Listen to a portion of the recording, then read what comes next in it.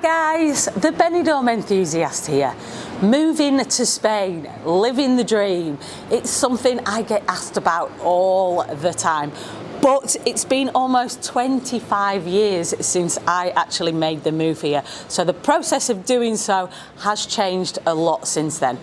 Whenever we talk about these sorts of things, I like to get the facts from the professionals. I'm just not comfortable enough giving out the information myself because it is a bit of a minefield.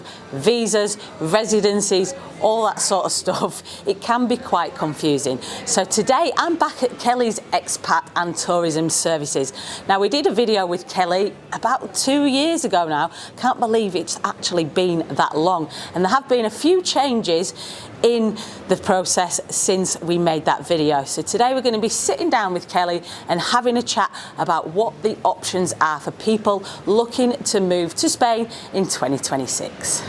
Hello Kelly, good to see you again. Nice to see you, Lisa. I can't believe it's been 2 years since we did a video. I know, time flies. It certainly does.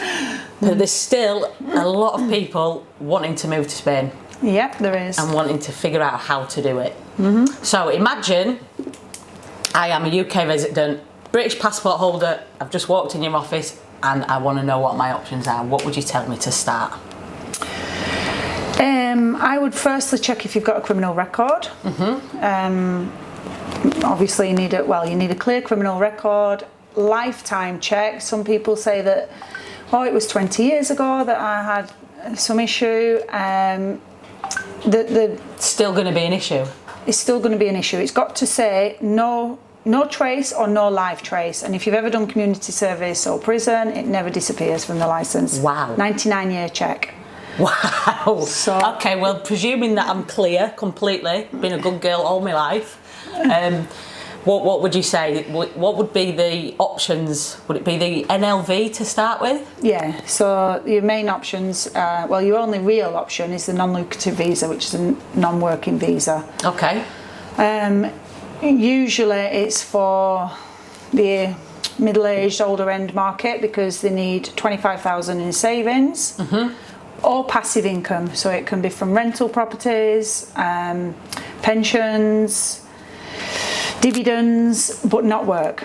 So you can still have a company if you're earning money from it but not physically working, and prove that you're not working from Spain, you know, if you were living in Spain.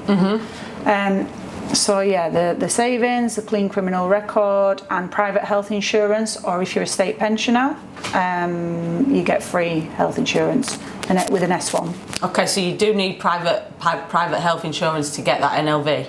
Yeah, unless you're on a state pension or your spouse is on a state pension. Okay, and the numbers for the income, just go over them with me again. So as an individual, you need 28,800 euros, which is 25,000 sterling. And then another 7,000 for the spouse. Okay. Or per dependent, so it could be a child, a minor. Each dependent is a further 7,000. So you're looking at 32,000 for a married couple. Is that savings, or does that need to be every year, or? Savings or income or a mixture. So you might have 15,000 a year in pensions or rental property, and then you can make the difference. So the 17,000. Imagining there's a couple, there's two of you, in savings per year. So for example, your first year, let's say you had 15,000 in income, rental property, you make the difference up in savings, so you need 17,000 in savings to make the difference. For year 2 and 3, because you're only ever going to have a maximum of a 2-year visa. So for year 2 and 3 it has to be double, so the 32,000 becomes 64,000 minus your 15,000 per year for the income that you've got from your rentals or your pensions. So that's 30,000 you can take off the 64. I'll just say 64, yeah. Okay, so, but it can be a mixture, right? Combining it. It could be all savings or all income. I mean, there's a lot of people have private pensions and state pensions, and they reach, because it's actually 3,000 euros a month is for a married couple in euros. So there's a lot of people can actually reach that between them without any income, without any savings. Okay. Even if you're only just thinking about moving to Spain at this point, learning the language is something which is going to benefit you massively in the process. And not just for specific situations like the doctors, but for everyday life. If you want to really live like a local, learning the language will open that door for you. My biggest regret about moving here is not trying to get to grips with the language earlier. I feel like I would have broken out of that tourist bubble much earlier than I did if I'd had Rosetta Stone back then to help me as it is doing now. Rosetta Stone uses dynamic immersion to provide a learning experience which is fun and engaging, and that naturally helps you retain more. It's not about memorising vocabulary, it's about having real conversations. It's packed full of great features, like the audio companion for learning whilst walking or going about your daily life. And it feels very practical. You're learning things that you'll actually use in real life, rather than just textbook phrases. Lessons can fit into even the busiest lifestyle, as you can do them on the go using the app, as well as at home on the desktop version. And lessons can be as short as 10 minutes, so even if you're out exploring or just getting on with your day, you can still keep progressing. I especially like the True Accent technology, which uses voice recognition to help with pronunciation by matching it against native speakers. Este es mi novio Tomás. Este es mi novio Tomás. This is really helping build my confidence with speaking, which I think is half the battle when learning a language. If you're considering moving to Spain, the time to start learning is now. Sign up following our link in the description for 60% off the lifetime subscription, meaning you'll never have to pay again and you have access to 25 different language courses forever. Savings. Okay, but you mentioned that that's a non-working visa, so I wouldn't be able to work at all on that visa? No, not at all. For how many years would that be? 5 years. So I'd get a 1 year visa to start, then it'd renew and I'd get 2 years? Yeah, so the first initial one for 12 months, you have to apply, you have to attend the embassy in the UK, and then the renewals are done from Spain. You don't need to go back to the UK. The renewal is for year 2 and 3, and then another renewal for year 4 and 5. After the 5th year, you'll become permanent, and therefore you can work. Okay, so anybody that wants to just move to Spain and start working right away, is there any options for that? No, there is. There's the nomad visa, but the nomad visa is telecommunications, so it's digital online work. It's really strict, so you can't just pretend or blag it.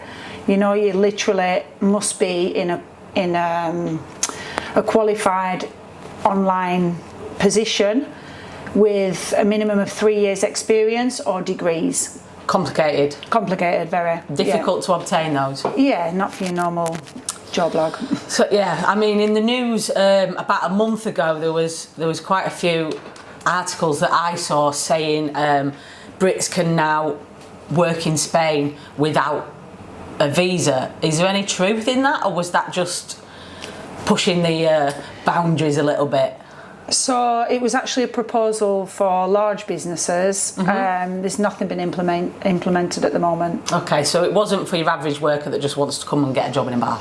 No, it has been spoken about, and it is on the cards, maybe, but for big, for big companies, professionals and specific sort of work. Not for your average Joe, basically. Okay, but so say I came out of that, say I had plenty of money and I have rental income and I can get that NLV. After 5 years, then I could potentially work anywhere I wanted. Yeah. Okay, so if you can sort of support yourself for the first 5 years moving here, then you could work after that. Yeah, and an important point as well is you only really need the money for the 3 years. Because once you've been approved for year 4 and 5, so at the end of year 3, you're going to apply for year 4 and 5, so you need the funds to apply for year 4 and 5. Once you've been approved, so at the end of year 3, early year 4, you don't need to show them funds at the end of year 5.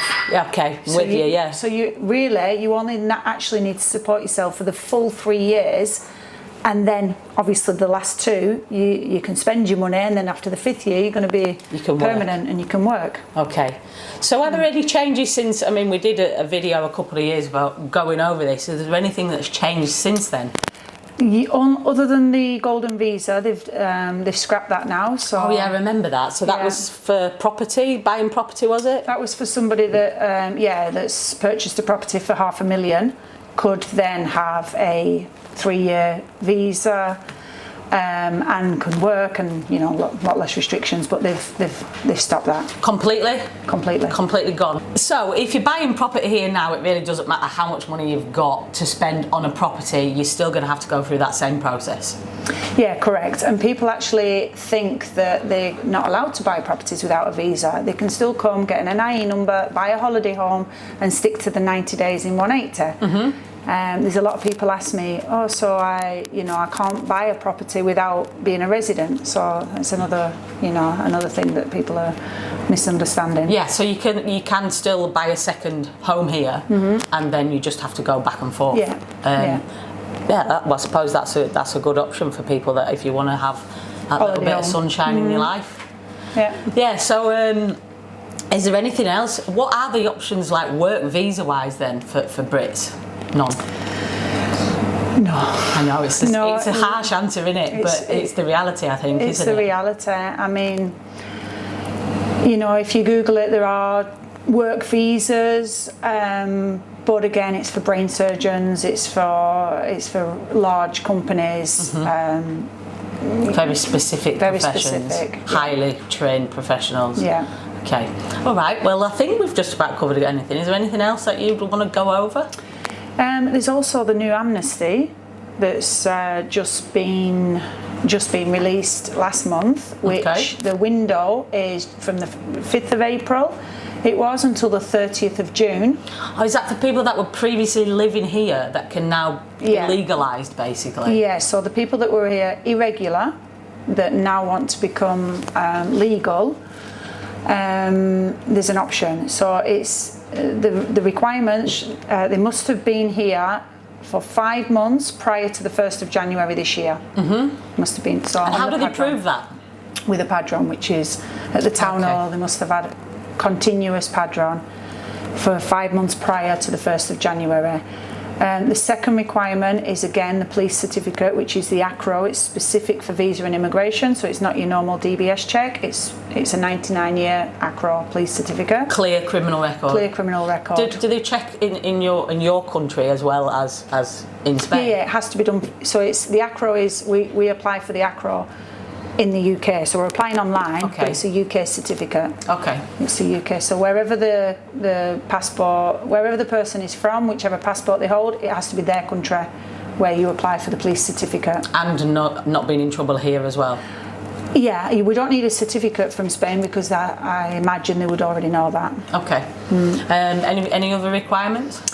They need a vulnerability certificate. So there's one of 3 options. So they have to have a work contract offer of a minimum of 20 hours a week. It has to be a legal, official contract offer, so not just somebody writing you a letter to say I'm going to employ them. It has to be official, done through a gestor.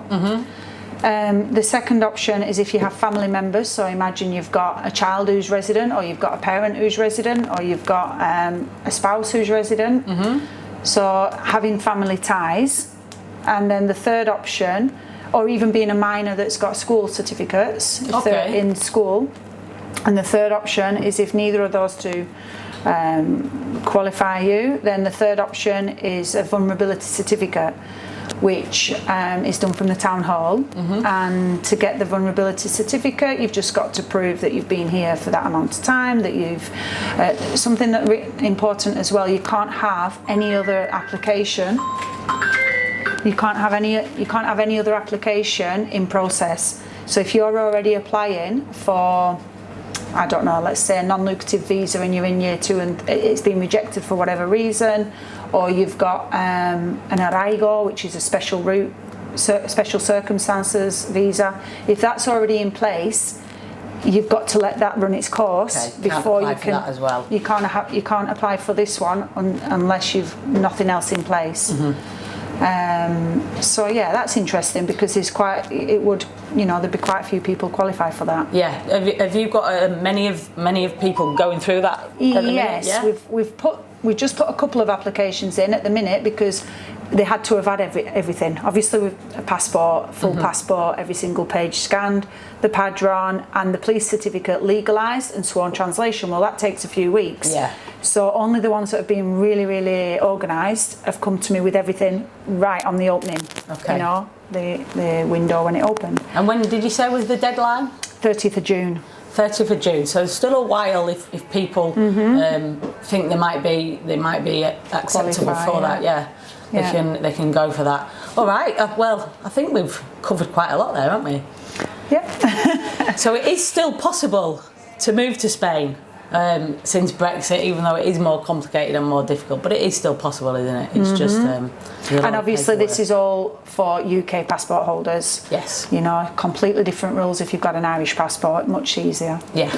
And do you deal with applications for Irish passport holders as well? Yeah, we do the residency card, which is the old green card that we used to have. Yep.